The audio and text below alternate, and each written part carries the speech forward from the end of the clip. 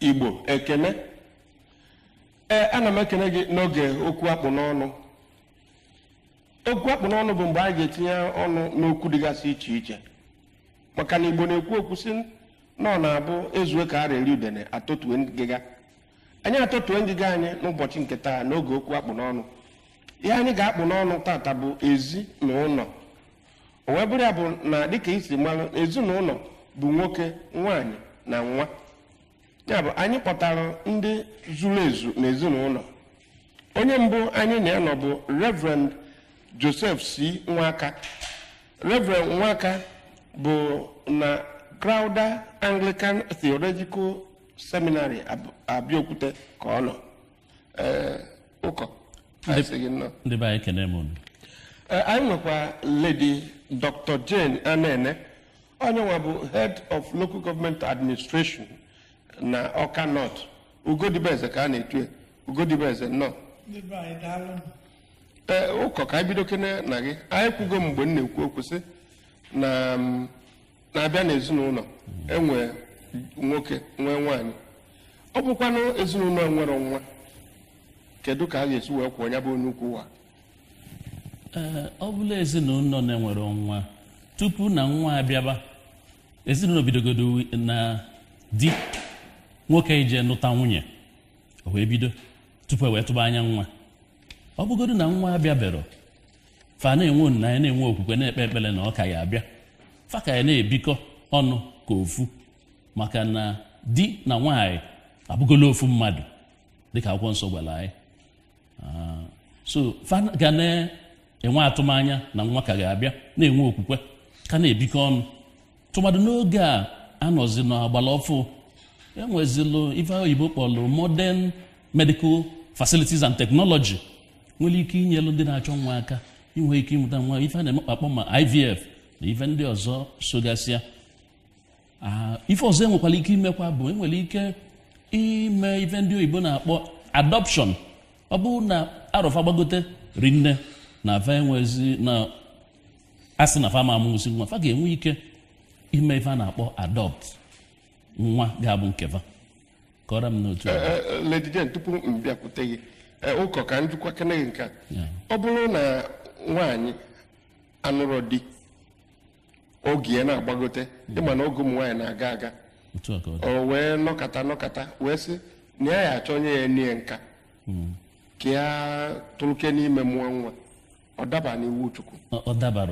dabara n'ụzọ ọbụla isi tụlee ya, maka na o nwere ike ime ife oyibo na-akpọ ime adopt nwa nke aka. Mana ọ ya amụnwu nwa,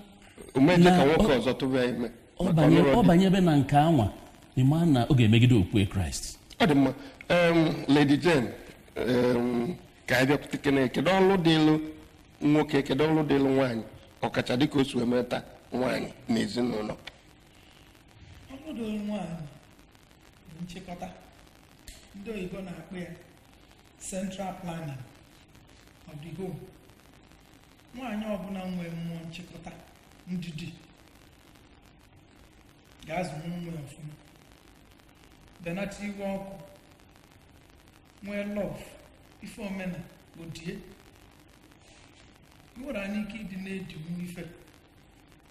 ị ga-achịkọta nwunye, marụkwa Chukwu. Ife ọ na anyị na-eme n'ụwa bụ Chukwu first, because na ịmarụ Chukwu, debe iwu nke Chukwu,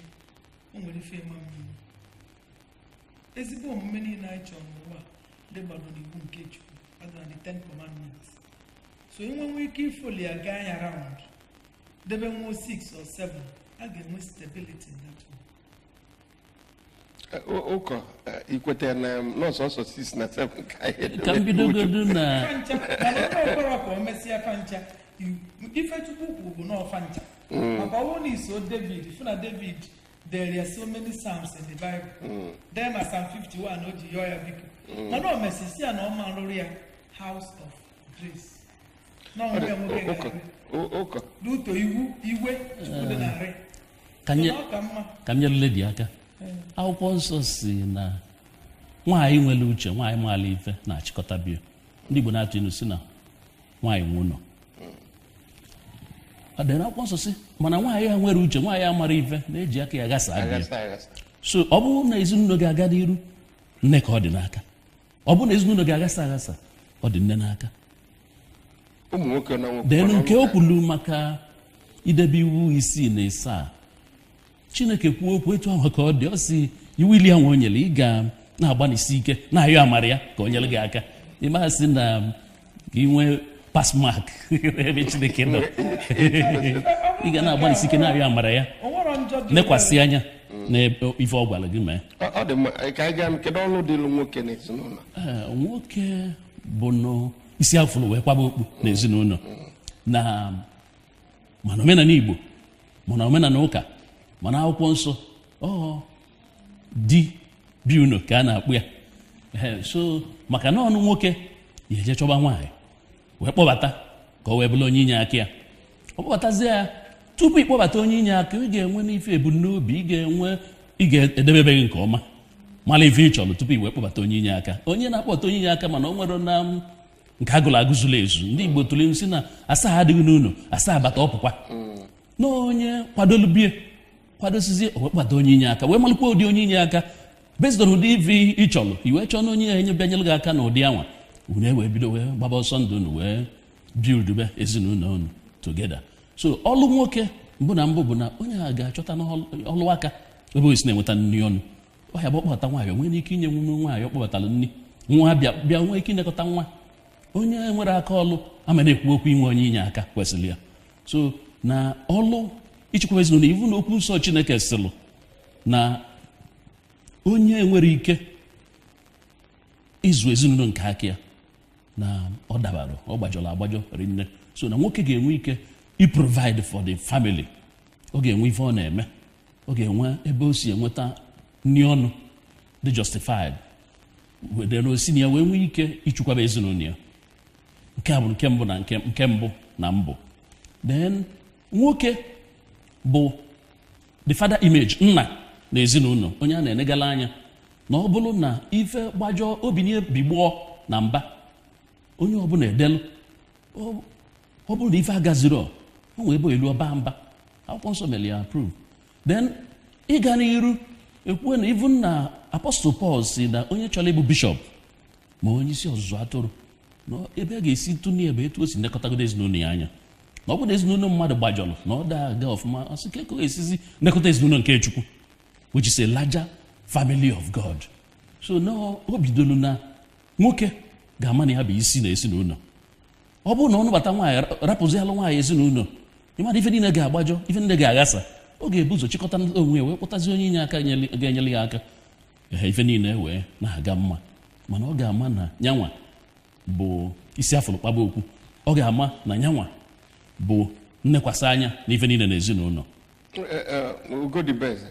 oge ụfọdụ ego nni na-esebe okwu n'ezinụlọ, o kwesịrị ise? Mba, ego nni ekwesịrị ise, ma ọ bụkwa na nwaanyị nwere ife ọ na-eme. Maka na nwoke ụkọchukwu si ekwu bụ the great provider. So ọ bụrụ na nwoke nye nwaanyị ego na-egbochi ife oriri, maka the woman's home in the kitchen, ka o wee sitie nri ha ga-eri, o kwesịrị iso. Mana ọ bụrụ na nwoke enwetanwuru ego mana nwaanyị nwee ife ọ na-eme, ma o wetara nke zuru, o nwee ego anyị weta ọ bụ na o zuru, achacha na achacha ya bụrụ ofu atọla atọ. Ọ bụrụ na nwoke o nwere nke na-eweta n'izu ọkụ ya mba nke a tọka m ebe nwaanyị si nwere ka osisi oge o nwere ka obodo dị, anyị nọ na recession, onye ọma na nke ahụ. So ife ị ga-eme ebe idegide list desie ruo n'afịa, iburu onye nwere uche ịkọtụ ya ka o wee dabata. Ọ dị m ọzọ, kedu onye na-eweta ego arụ n'afịa ịmakwunu etu nwoke ra na ego na oya enye wee malụ na ọzọ bụ kedu etu esi azụ ụmụazị, kedu ọrụ dịlụ nwoke, kedu ọrụ dịlụ nwaanyị na-ezụlite nwatakịrị, kedu etu a ga-esi wee zụọ nwatakịrị o wee daba adaba na nwoke na nwaanyị? Ugodibeze, ịbịa na nke nwoke ụkọchukwu si nwoke bụ the head of the family. Ezinụlọ nwoke na-eme ọfụma, mara ife ọ na-azụ ụmụ ọfụma. Ala ụmụazị na-atụkarị nnafe egwu karịa nnefe. maka gịnị A mother and child, the bond from the O siri ike. is very strong. Ọfịa karịa efekwanụ nwaanyị n'afọ ajọ ife ebe nwa ya. Ọfịa ezigbo ahụ. ya na ọnụ nwa na-emebi Ọ bụrụ anyị na-emebi Igbo ji that bonding bido n'afọ. Igbo ji wee kwuo okwu sị na nkịta nwaanyị zụrụ na-ata akwa Ọ bụsịrị ezigbo ahụ. The bonding bido n'afọ maka inegodo anya na the placenta ebe nwa nọ the link nwaanyị rigara na nne ọ banye n'ebe banye ahụ. agụụ na-agụ nwaanyị ọ na-agụ iwe wee nwaanyị n'afọ nwa ya gbagharịba. ọ na-abụrụzi nwoke tụgharịa ime otu wee dị ime ọnya nụmara homon ọ nwaanyị bụzi homon ewere ite donye nwaanyị n'afọ nwaanyị ji buru ite na-akpụ nwa inwere ite n'afọ ga akata ụmụ nwoke nwekwa more than 6 million sperms enyu na ofu unu akpọkọzi ụmụ nwoke ọka chukwu si ịfụ ngwa ọrụ nwaanyị nwere na nke nwoke nwere abụrụ ofu ya ka chukwu ji kechasịa nwaanyị bụrụ nnukwu ite dọba ya n'afọ nwaanyị nwere ike ịbụ ụmụ 9 nwee ndidi mụpụtafa. So the bonding bidogodu from conception. Ya na nwa ya adị na mma ọmụpụtazi anya adị mara amụpụta ya oge ọmụpụtakwara ya still n'elu tebụl ebe ahụ ọmụpụtara the bond is still there. O ji asị na amụrụ ana nwa ozugbo o gosi ya nne ya nke were ime gịnị tinye ya ọnụ n'ala ka ọ ṅụba. That first bond is very strong. So ọ na-eme nwaanyị ọ bụrụ na ị mara afọ ajọ ife nwa gị na-eme mana ọ bụrụ a good woman inebe anya na ịgbabi ya ọma mmefu ili ijegbu ya di gị ịgwazi ya di gị ewezie power of a man si ife anyị na-eme ọtụrụ egwu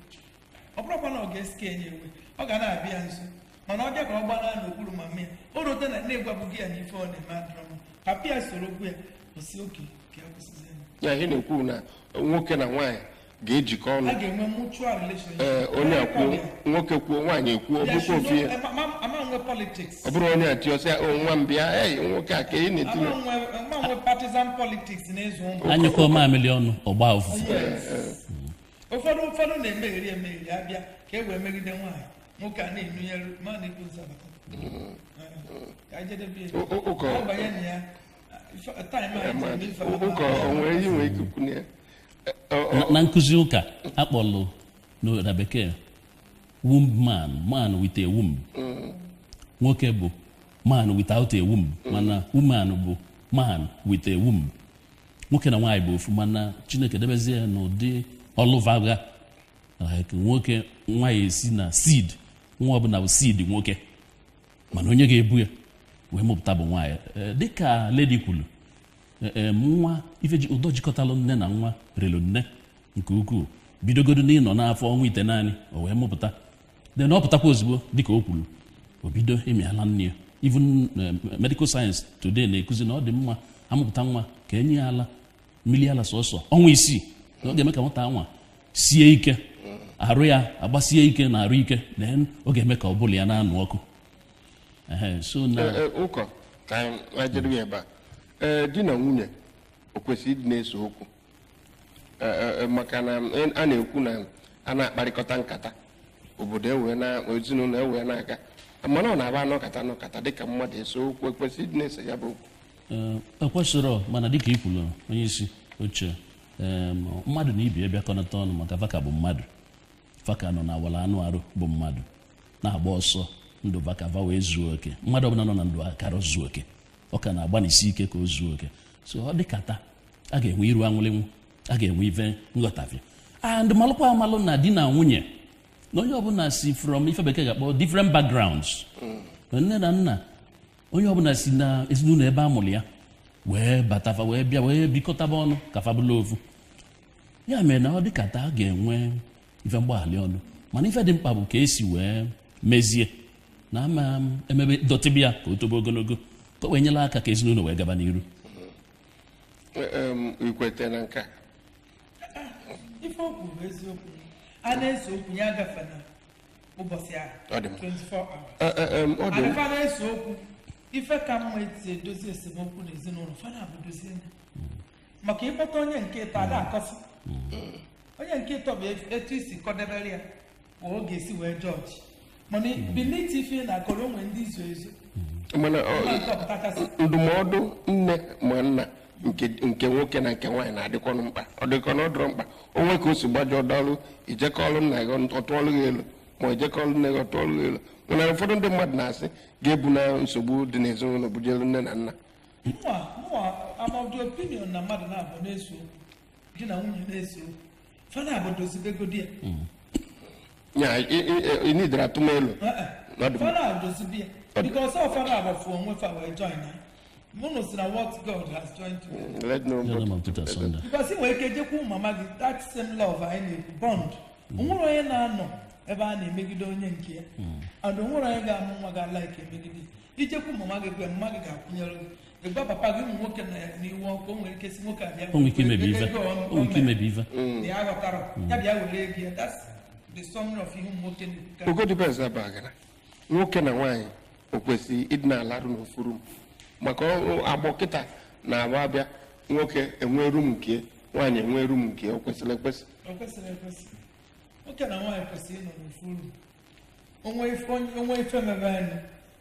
ọ bụrụ oge a nụtasị nwaanyị ọfụ ọka na-atụ imi ọrụ n'ofuru nke unu na n'ofu bed Bible kwadokwuru ya union of one mind everything ofu erikọ ọnụ ọnụ ekpekọ ekpere ọnụ edinekọ ọnụ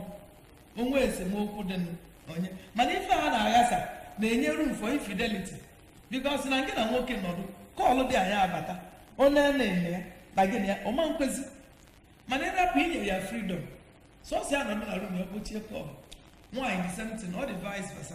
o nwere onye anyị iche so to avoid some of these things na-ebutebe iru anwụrịnwa ọ ka mma na nwoke na nwaanyị nọ n'ofu bed o nwekwu nke a na-emegide mmadụ anwụ ife emebe dị ndụ emebe ọnwụ dịkwa ụmụ onye gị na ya ga-edi n'etu ụfọdụ na-adị hypertensive from ebe ahụ dị na jewara ọ maka na eme nso maọbụ onwe attack mmadụ nke inwe attack na midnight especially abanyere old age ọnwụ ndị agadi bụ kperere ọnwụ because we call them geriatrics fa na nwụkwụ ụmụazị pediatrics from 60 precisely kwesịrị na anya na nwunye ya ga na-anọ nwunye ya nwere ike nwe news ahụ ebubata kekwa gbasara ụmụ ha ma ezinụlọ bubata nwa ozie ebe ahụ ọ dị na ọ na-agụkwa ahụ ọnwụ ndị agadi eferere maka ha nọọsụ na active life. Ọ dị mma anyị ka nọ n'oge okwu akpụ n'ọnụ na ABS television. Abụ m Emeka Arinze. Ihe anyị na-etinye ọnụ na ya tata bụ ihe metụtara ezinụlọ wee bụrụ na ndị anyị kpọta bụ Reverend Joe C. Nwaka. Reverend Joe Nwaka nọ na Crowder Anglican Theological Seminary nke dị na Abakaliki Abeokuta Enugu State. anyị nwekwara Lady Jane Anene onye Head of Local Government Administration n'Awka North bụrụkwa dọkịta ka ọ bụ Ugodibez Abagana. Biko anyị ka na-ekenekwunu anyị ka na-etinye ọnụ n'okwu metụtara ezinụlọ ụkọ ka m bịakwutekene gị dịka esi wee kwu ọ dị mma di na nwunye ịdị na-enwe joint account ịdị na-enwe ofu akaụntụ ife niile sitere na nghọta na nkwekọrịta no Amos chapter 3 verse 3 si na mmadụ abụọ amaghị ka ọ jee gaa ije gata aka na ọ bụrụ na fe zuteghị. Two cannot work together except they agree. So agreement, mutual trust, mutual agreement, nkwekọrịta bụ ife ga-eme ka okwu omume. Mana ebe ọ bụ na enwere nghọta zuru oke onye ọbụla nwere ike jide nke ya kama ọ ga-esebe mana ọ bụ na enwere nghọta zuru oke ya nwa makanisịlụ maka na di na nwunye abụgola ofu dịka lady kwuru na fa ga na-edina n'ofu bed ibu na akwụkwọ nsọ na fa ga na-agba ọtọ ma ifela ama emeva n'etiti onweva ife fa ga na-eme ka ife fa kwesịrị ideal gị na-eme ka ife niile ọnụ together mana ọ bụ na enwesịrị nghọta zuru oke kama ọ ga-esebe arapịa. Lady Jane Anene ka m jukene gị kedu etu kwesịrị isi wee na-azụ nwa ịma na nwa na-abụ amụọ ya otonite ba praịmarị sekọndịrị yunivesiti abịa na ezinụlọ kwa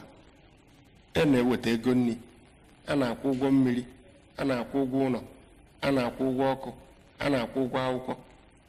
kedu ọrụ dịịrị oke dịịrị nwoke na nwaanyị n'ịzụlite nwatakịrị a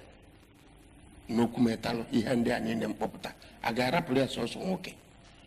mba nwoke ọ ya amụzi ya na nwaanyị ọrụ niile ikwu bụ oke fanabụ because na ụmụazị agba uru fanabụ ya benefit kwa from them and ka m wekwudo opportunity a tụnyere ụmụ nwaanyị alụ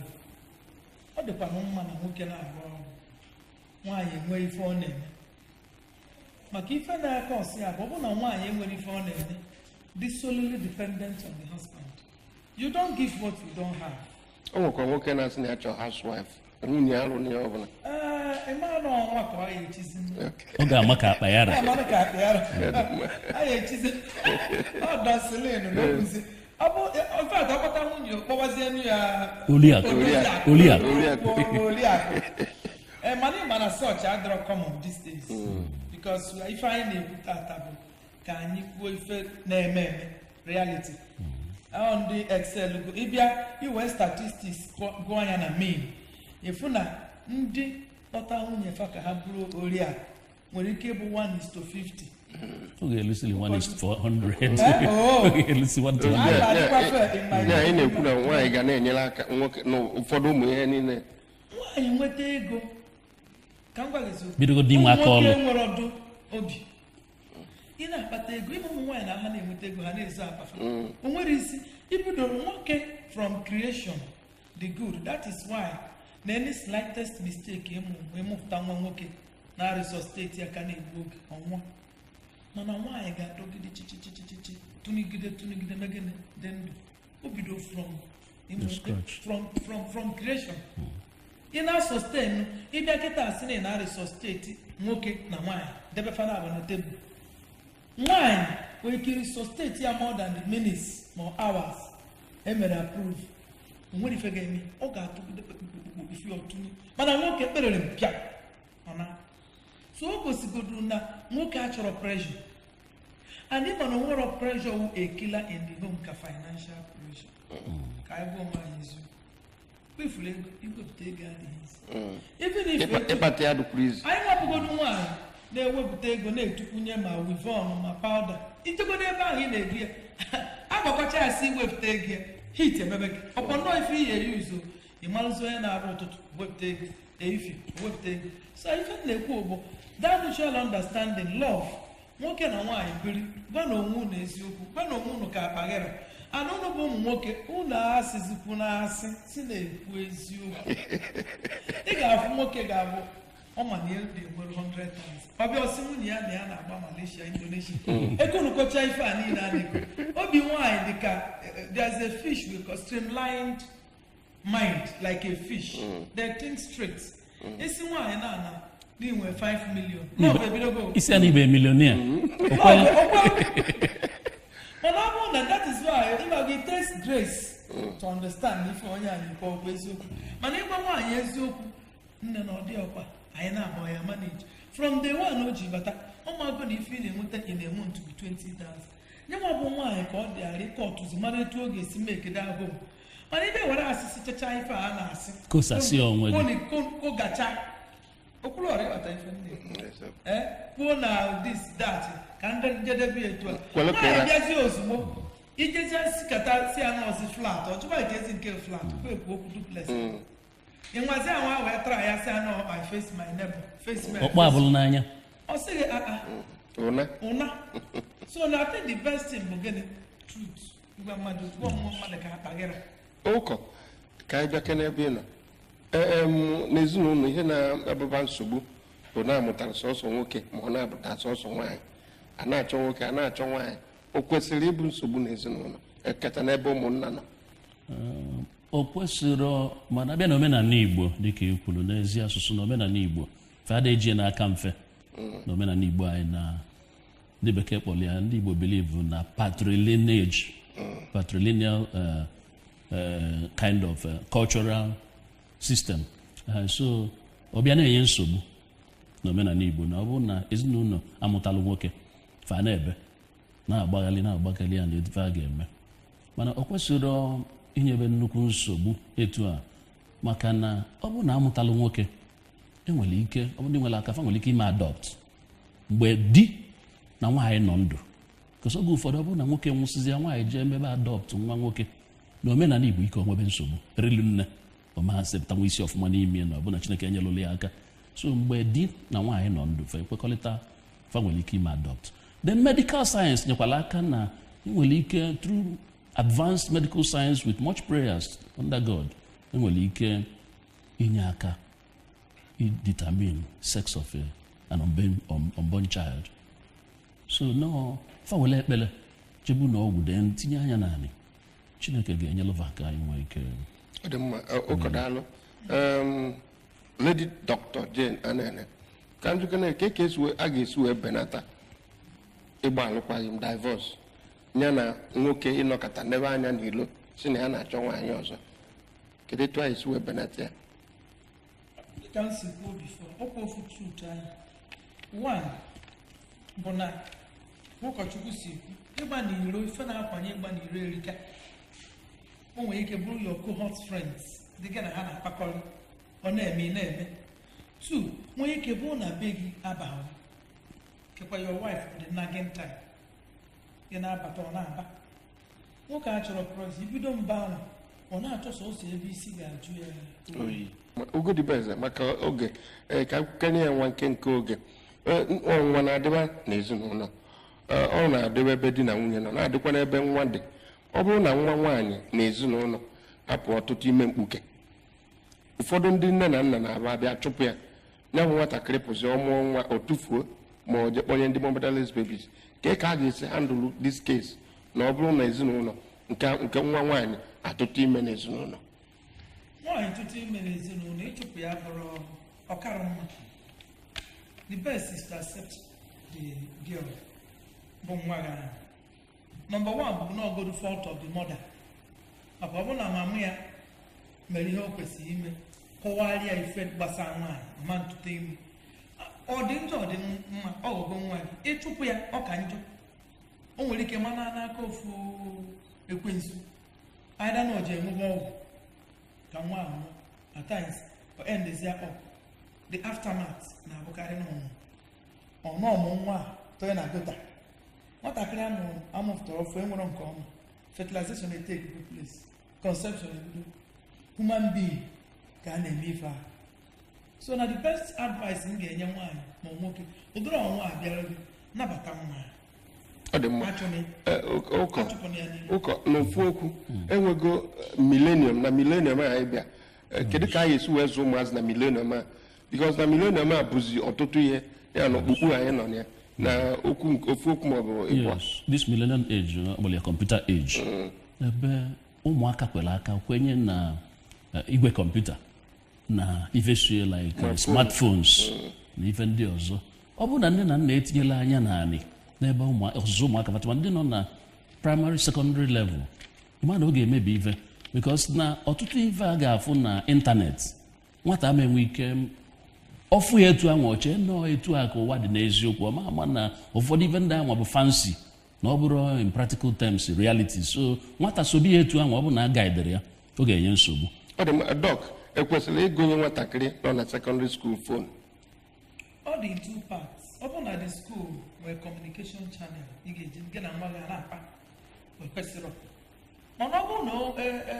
o nwere inyi ya nke a na-akpọ Nokia enwere all these features nke obere phone ndị 1000 a na-akpọ ya Nokia hapụzi ya na-akpọ ya o nwere ọma ise foto ma enu mana adị na kọntrol kwa ya na kredit iji aka gị tinyere ọ dị mma ebe a ka anyị na-apịachie n'ihi oge n'oge okwu akpụrụ ọnụ nke ụbọchị nketa ama m na n'enughị anyị kwu na ntị na-anụ ihe adara ka okpu ata ndị anyị kpọọ ka ha kwuo ya bụ okwu metala ezinụlọ bụ Reverend Joseph C. Nwaka ọ nọ na Crowder Anglican Theological Seminary nke dị na Abeokuta ụkọ biko daalụ maka ịbịa na ile anyị onye isi oche daalụ ndị na-ege ntị daalụ n'ụlọ anyị nwekwa Lady Chief Dr. Jane Anene onye nwe bụ Head Local Government Administration n'Awka North o chiri echichi chi echichi ụka chi echichi obodo a na-akpọ ya